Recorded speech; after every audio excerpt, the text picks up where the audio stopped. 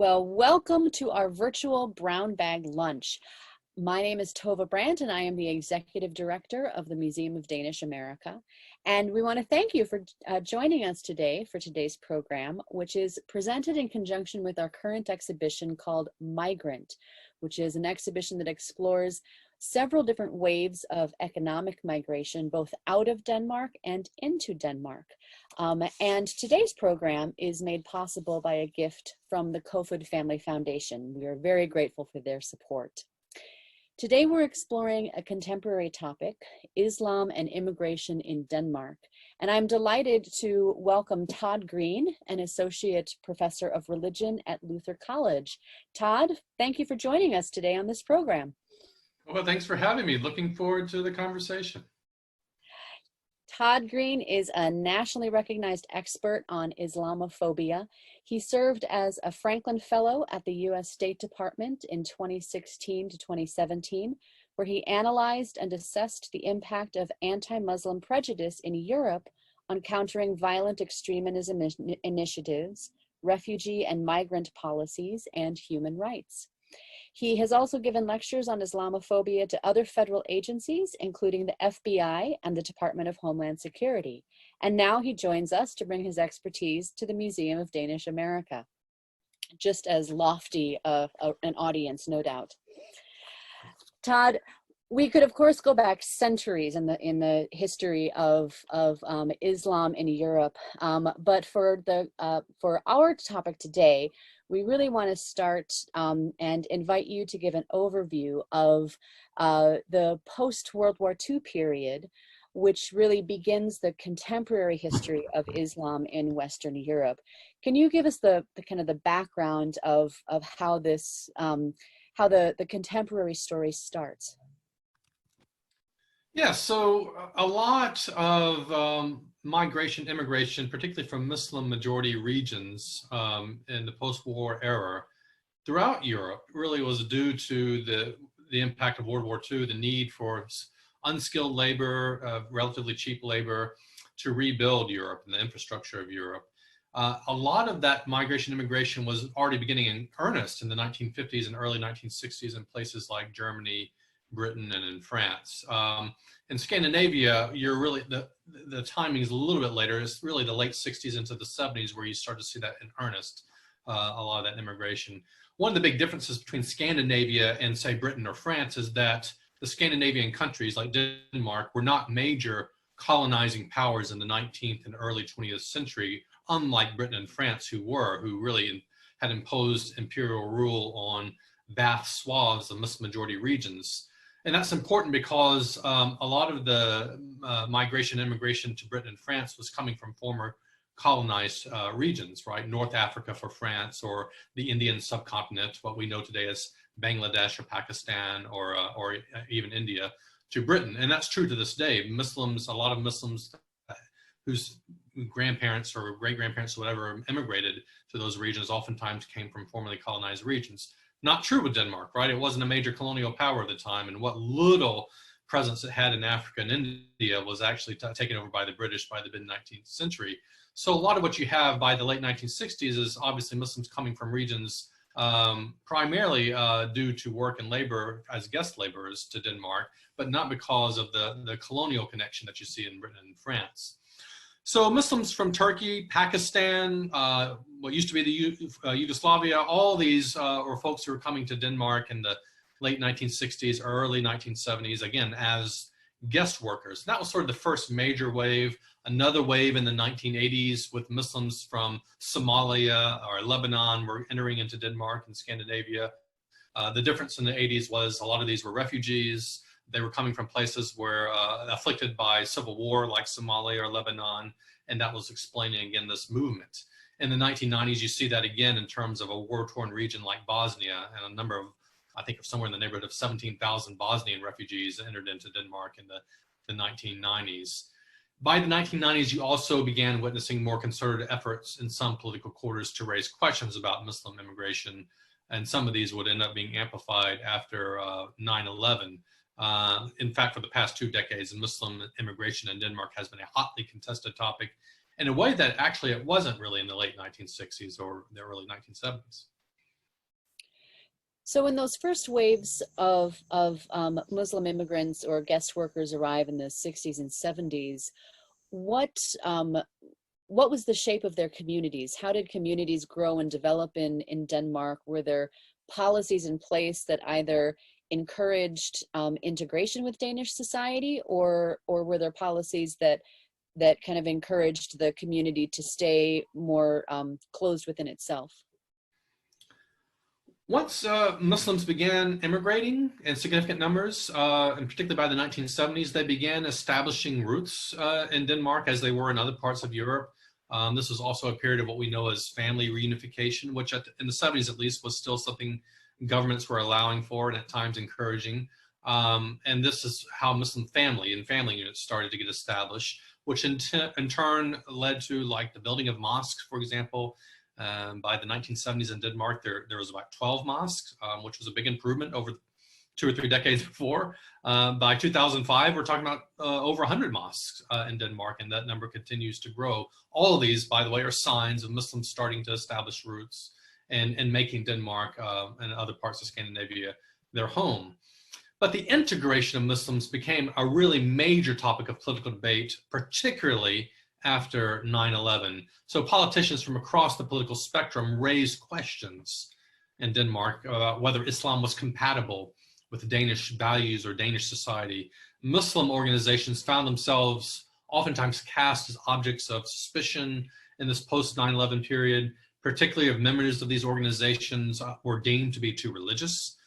Practicing Muslims at the time were often equated with fundamentalist Muslims, that they shared maybe too much in common with the hijackers who carried out the 9/11 attacks. So this is one reason, for example, why Prime Minister Rasmussen, not long after 9/11, he actually refused to meet with some major Muslim organizations because he felt that they were too fundamentalist. They were basically too Muslim in his eyes. But he was willing to meet with more secular immigrant organizations. So that tells you something about the challenges Muslims were facing, particularly after 9/11, when it comes to whether the welcome mat was being rolled out for them. And keep in mind, we're talking about a number of Muslims by that time for whom this was always their home, right? They were born in Denmark by this period, but still not made to feel always at home.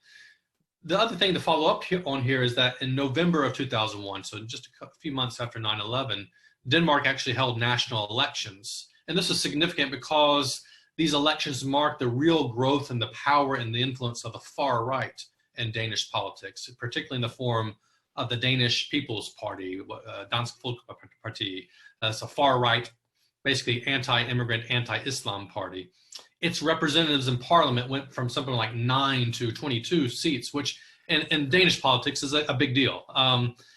The party allied itself with the new liberal conservative government, and together they pushed for much stricter measures on immigration, much harsher policies toward immigrants already living in Denmark, and we're talking a lot of Muslims here, and then ultimately pushed something called the Alien Act in 2002, which required for marriage reunification among legal residents that both parties could engage in such reunification only if they were able to demonstrate their attachment and their loyalty to Denmark over any other nation. Again, something that would not have been expected of so-called native Danes, right? So the measure was meant really to limit immigration and presumably to put an end to presumably forced marriages or arranged marriages, and also to send a signal that that Denmark was really closing the parameters in terms of what it meant to be Danish and how to prove one's loyalty. But the fact that Muslims were not deemed loyal by default tells you something about the atmosphere at this time. So how many people, what is the growth of the Muslim community in Denmark? What percentage of the population are we talking about in 2001 or earlier or even up to today? I think a lot of us have kind of a very typical view of Denmark and Danes. And, even though, intellectually we know it's a very global society, very cosmopolitan society, very diverse society, but it's hard to kind of quantify. Can you help us kind of quantify the community we're talking about? Right. So the percentage of the Danish population that's Muslim has been growing slowly but steadily over the past several decades. Today, there are approximately 320,000 Muslims, or people with a Muslim background, I should say, in Denmark. That represents somewhere in the neighborhood of 5.5% of the overall population. It also means that Islam is the second largest religion in Denmark with that number. I can add to this that when you survey many people in Europe, Denmark and otherwise, about what percentage of the population are Muslims, right? And what percentage they think are Muslims.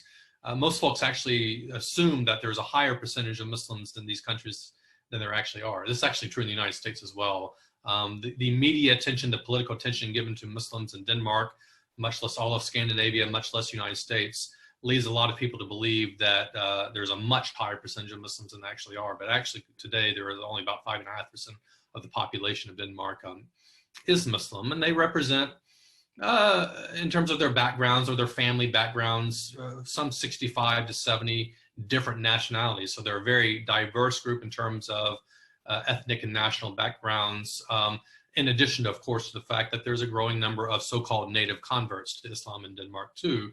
The largest ethnic or nationalistic group of Muslims would be those with a Turkish background. They make up about 1/5 of the Muslim population in Denmark, followed by Iraqis, Lebanese, Pakistanis, and Somalis, in that order. All right. And of course, any discussion of this topic is complicated because most of us really only hear news headlines. And often it's not the good news that makes the news headlines.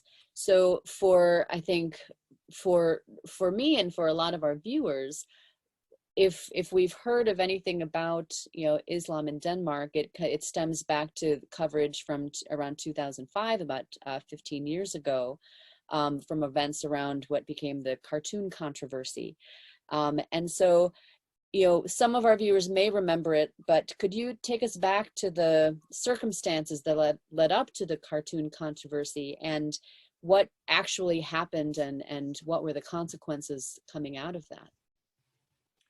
Right. So this controversy in Denmark, which did put it on the global map for a while, began in the fall of 2005 when a right-leaning Danish newspaper known as the Jyllands-Posten wanted to conduct a kind of like an experiment of sorts to determine whether self-censorship and the concept of political correctness in Denmark, particularly in the media, had gone too far, particularly when it came to how the media covered stories about Muslims.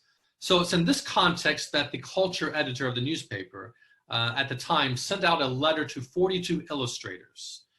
He asked them to draw Muhammad as you see him. I think that was his words, translated into English, of course, and to submit illustrations of the Prophet Muhammad to the newspaper for publication, with the backdrop being that traditionally in Islam, the perception was at least that artistic depictions of the Prophet Muhammad are not allowed, right? So this was going to be a test in terms of this question of tolerance and to what extent Muslims could tolerate freedom of speech and expression in this case being used to do something that might offend religious sensibilities.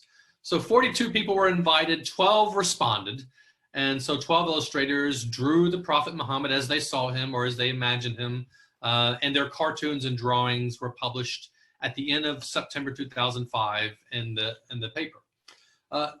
The editor of the paper, a man named Carsten Juste at the time, included an editorial with the cartoons in which he argued that Muslims in Denmark were way too sensitive to criticism, and they needed to learn how to live in a secular democracy that valued freedom of expression. It was sort of his way of saying, we're publishing these cartoons whether you like it or not, and it's for your own good, right? The cartoons themselves, there's 12 of them, they're kind of a mixed bag. Some took the invitation from the editors seriously, some actually didn't. Some actually thought that the idea of doing this was kind of stupid, and they mocked the editors in their drawings for even issuing such an invitation, that the newspaper could do much better things with its time than something like this. But there was a few controversial cartoons, the most controversial of which, one that got republished a lot, was a cartoon from an artist and illustrator named Kurt Vestergaard, who portrayed the Prophet wearing a turban that had a huge bomb in it, a ticking bomb, right? And the bomb had the Shahada in Arabic inscribed on it. The Shahada, by the way, is the traditional Islamic declaration of faith. So in Arabic, it read, "There is no God, but the God," or Allah, and Muhammad is his messenger. So this is sort of the first pillar of Islam, but it's inscribed on a bomb in this depiction of a menacing looking prophet, right? This idea of violence and the Islamic declaration of faith seeming to go hand in hand. And that's one of the reasons it was deemed so offensive. Some Danish Muslims complain and push back, as did Muslims abroad in other parts of the world. Close to a dozen ambassadors and representatives from Muslim majority regions actually at the time wrote a letter to the prime minister complaining that the cartoons violated the spirit of Denmark's commitment to tolerance and a civil society. But the prime minister responded by saying, no, this is really an issue of freedom of expression. And in Denmark, freedom of expression is absolute. So here you have these two parties vying with one another in terms of what actually constitutes Danish values and Danish commitments. And the prime minister staked his claim on freedom of expression. These Muslim ambassadors and representatives stake their claim on the question of tolerance, right? But the controversy didn't stay there. It eventually expanded into many other parts of the world. There were demonstrations outside of Danish embassies. There was a boycott on Danish goods at the time that was organized in early 2006 in some Muslim majority countries, which actually had a major impact on the Danish economy, on exports, particularly, for example, a company like Arla, and some of you viewers probably know who or what Arla is. It's the largest dairy producer in Denmark, but they had significant markets in some of these Muslim majority countries, and there was a ban on importing Danish goods, including Arla products, and Arla felt that. These cartoons were not good business for Arla and some other Danish companies that depended upon these exports in terms of their revenue.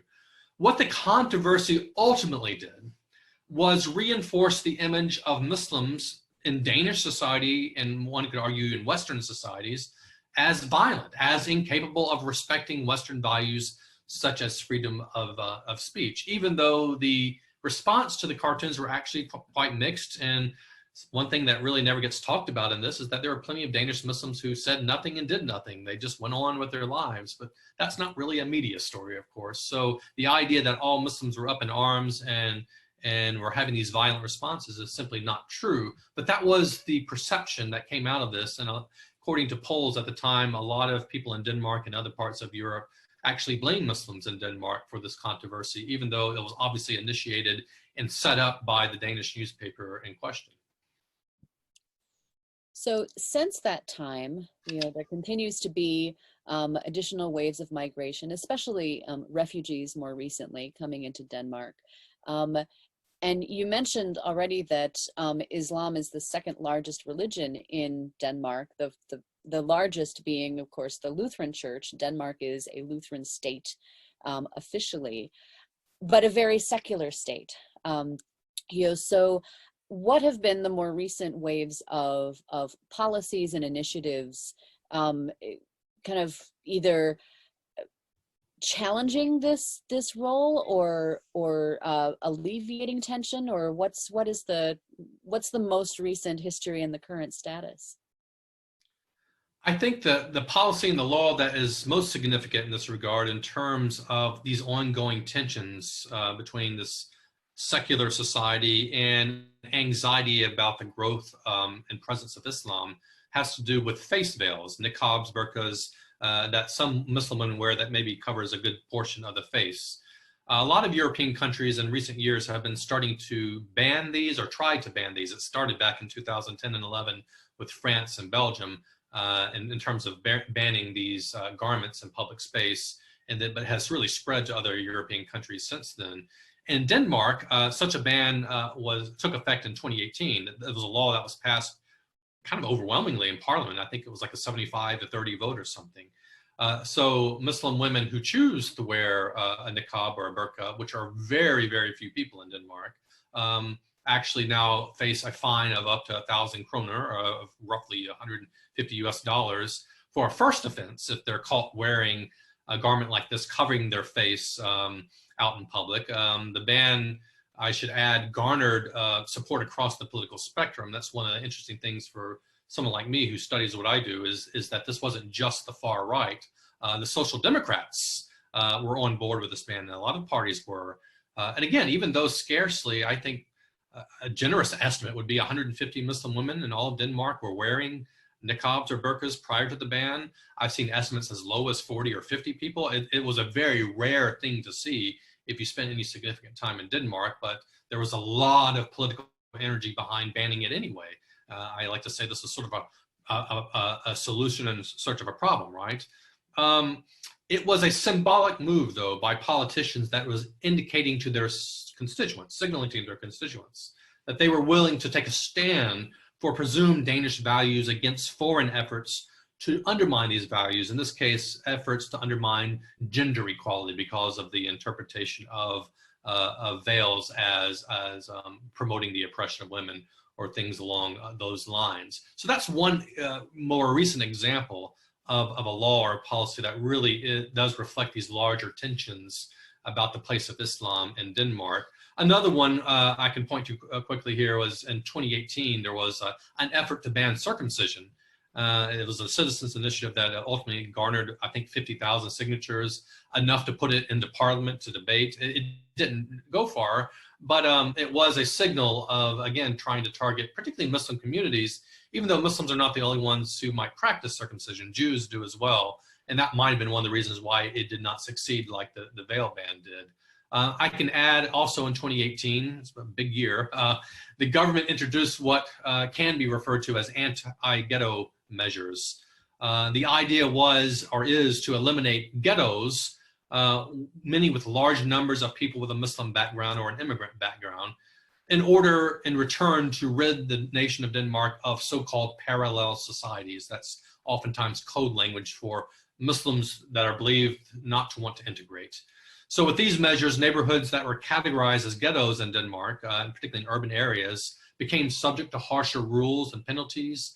Penalties for crimes that residents committed in these ghettos, in some cases, doubled compared if they lived outside the ghettos, so-called ghettos, or other violations that traditionally involve fines may now involve imprisonment from people within these so-called ghettos. Children from these neighborhoods were required to spend 25 hours a week in childcare to receive mandatory training in Danish values. And as of 2020, to my knowledge, these ghettos are now required by law to cut their public housing options to no more than 40% public housing within a particular neighborhood or region, all of which is an attempt to sort of break up what they believe are Muslim enclaves, to spread the Muslim population out, and again, to try to integrate Muslims and train them into Danish values.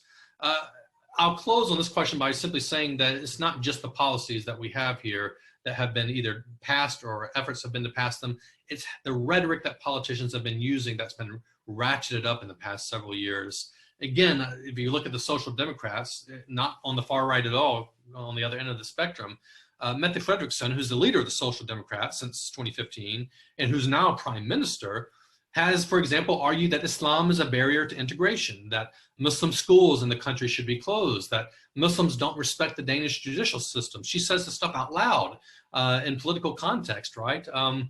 This is the kind of rhetoric we were hearing much more clearly from the far right and the Danish People's Party a couple of decades ago, but it has now been co-opted by a number of other politicians across the spectrum here as a way of, in some ways, probably of trying to take away some of the influence or the momentum of the far right, but it's also a signaling of the mainstreaming of basically what is Islamophobia in Danish politics, and it's not something that's confined to one end of the political spectrum anymore. That is something that you can find more broadly across the spectrum. It's fascinating. What it calls to my mind is actually a segment from our current exhibition, Migrant, and one of the migrations it tracks is the Turkish migration into Denmark, you know, first as guest workers and then through family reunification, and that a lot of the companies that recruited Turkish workers would actually provide and sometimes help organize basically club spaces for those Turkish workers to gather, a place where they could, you know, speak their native language, you know, learn news from home, all of these things, and have that welcoming space to be Turkish together. And the parallels then to the types of social support clubs that we see in the United States for all kinds of immigrant groups at whatever point in history. I think that the continuity and similarities of any kind of immigration group experience is really notable and striking to see that despite clear differences, there are still some very common threads in that experience of moving, especially in a group, to a brand new place. Right. I mean, if you study immigration in the United States and its history, right, in the 19th century, that's just common, right? When you initially move to a new part of the world, right, you tend to gravitate towards those communities that speak your language, know your customs, share your religious background. You saw this in Boston and New York, right? Baltimore, into Detroit and Chicago, right? This is not unusual. And so the patterns that Denmark has experienced, or much of Europe, are not unusual in that regard either. And yeah, in American history too, there was also anxiety and xenophobic responses to some of this as well. So that's actually also not that unique to Denmark in this regard. It's a very common sort of thing. But interesting, as you noted, Tove, in Denmark, right, in an earlier phase of this migration and immigration, you know, there were much more concerted efforts to actually try to help those who were immigrating in terms of feeling at home, even if that meant, you know, reinforcing, you know, certain communities, Turkish background, for example. In Sweden, it's you know, common practice in modern history has been to train people who immigrate in both Swedish, but also in their native tongue for their children, right? So those are the kinds of practices that are coming under attack a lot more politically, but it hasn't always been that way. And some of this, I think, just has to do with the shifting to the right and politically on questions of immigration in a lot of Europe since 9/11, and even in the past decade, even more, to the point that in Denmark and Sweden, Norway, the word multiculturalism used to not be such a bad word. Today, it's kind of a bad word, or it's a very controversial word. These commitments to diversity are being threatened right now. And the pressure is to have a more assimilationist model, which has typically been France's model. Like, you just make them French and you try to shut that other cultural and religious stuff out or keep it at home. That hasn't been Scandinavia's traditional approach to this in modern history, but the pressure is now starting to move in that direction. Todd, I know you've sometimes led classes to Scandinavia on study trips, and I'm curious, through the eyes of your young 20-something students studying this for the first time in person, what do they find surprising when they visit these Scandinavian communities and look at the integration or challenges to it of Islam in Scandinavia? I should preface this by saying a lot of my students at Luther College are white, come from some sort of Christian background, Lutheran, Catholic, or otherwise, right? Whether they practice or not is another story, but that's kind of their cultural background from the Midwest, upper Midwest. And that's kind of what they're familiar with. So when we go to Denmark, we go to Sweden, or we go to Britain or France even, there's a little bit of a shock in terms of the different ways that these nations, these countries regulate religion. Many of my students, for example, are surprised at the legal measures taken in places like Scandinavia, or frankly much of Europe, that limit freedom of religion, or how they interpret it at least. So for the ban on face veils that we were talking about earlier, for example, actually is quite shocking for one of my students who may not be familiar with the fact that these bans exist, and they're becoming increasingly common in Europe. Particularly in countries like Denmark or other European countries that also profess strong commitments to freedom of religion, at least in theory. But they hear these professed commitments to freedom of religion, and then they see that Muslim women can't wear certain garments in public space or in public schools, and those two things don't gel well together for them, right? Part of what my students are learning when they go abroad to Europe and Scandinavia and elsewhere is that European countries are frankly just a little bit more comfortable regulating public expressions of religiosity than is the case in the United States. But it's very clear to my students that not all communities in Europe are equally affected by such regulation. They really do perceive this as Muslims being targeted by these restrictions in the way that Christians and Jews and others may not be. in many cases, and Denmark is no exception to that. Other thing that comes to mind is that for some of my students, what they were surprised by, of course, is just how racially and culturally diverse Scandinavia or many other European countries are, particularly in urban areas today.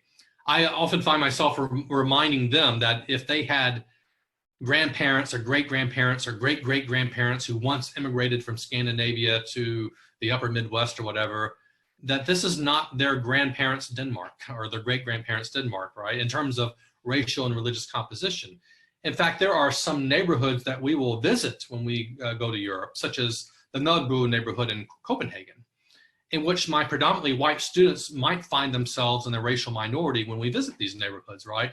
For some of them, it's their first time being in a minority like that, particularly if they come from smaller towns in Iowa or Minnesota or Wisconsin, and that they're having this experience not in Chicago, but in London, or not in Detroit, but in Copenhagen, right? Where they find themselves in the minority sometimes for the first time. And that's a real jolting experience. It's a fascinating experience for them, that they can go to these neighborhoods in Copenhagen or Paris or London, and really learn in a way that wouldn't stick in quite the same way just by reading it in a book, that Europe is not some racially or religiously homogeneous region as it's often made out to be, particularly Scandinavia, which is still traditionally kind of conceived of by people outside of it as this homogeneous region, which in fact it's not. It's very racially and religiously diverse. In fact, one could argue that's one of the reasons why there's so many tensions today over what defines Danish values or Swedish values or European values, right?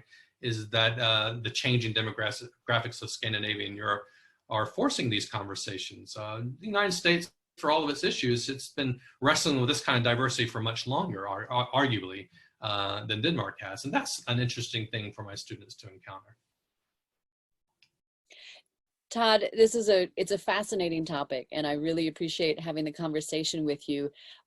What resources might you recommend to our viewers who want to dig into this topic a little deeper?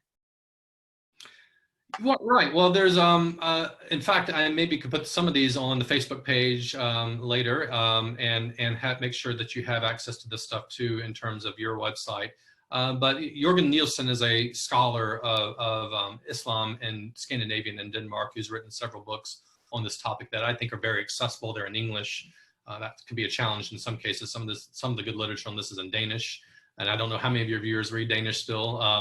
But there are some works in English as well. There's a couple of great books on the Danish cartoon controversy. Jette Clausen comes to mind in terms of a book she wrote in 2009 on this, and I can make sure that information is available to you. And I've also written a book called The Fear of Islam. That's kind of a broad survey of Islamophobia in Europe and the United States. And it has a number of discussions, including a discussion on the Danish cartoon controversy in that book as well, but also sort of contextualizes controversies in a region like Scandinavia with what's happening more broadly in Europe and more broadly in the West. And so that's another possible resource that people can look to. And if you ever go to Copenhagen or Denmark, there is an immigration museum there, and I'm sure you're familiar with it. That's actually excellent. It's a little bit more out in the suburbs, but if you want sort of this an inverted sort of view of all this, I think that's an outstanding place to visit. It's a good complement to the museum that you have there as well. So if you visit Denmark when past COVID-19 measures and restrictions, I hope you have an opportunity to visit such a museum if you're out there watching this. Well, in fact, that's a wonderful plug for the museum that actually organized the migrant exhibit we currently host. And so that exhibit will be on view at the Museum of Danish America well into 2021. So we certainly hope people have an opportunity to come visit it. Todd, thank you so much for joining us on this program. It's been delightful to hear your thoughts and learn more about this topic. To our viewers, I hope you enjoyed listening in on a aspect of contemporary Danish society. And if you would like to join us for future virtual brown bag lunch programs, please follow our Facebook page or subscribe to our e-newsletter and stay on top of all of our events, both on-site and online. So Todd, thank you again. We really appreciate it. And to everybody, thank you for joining us, and be well.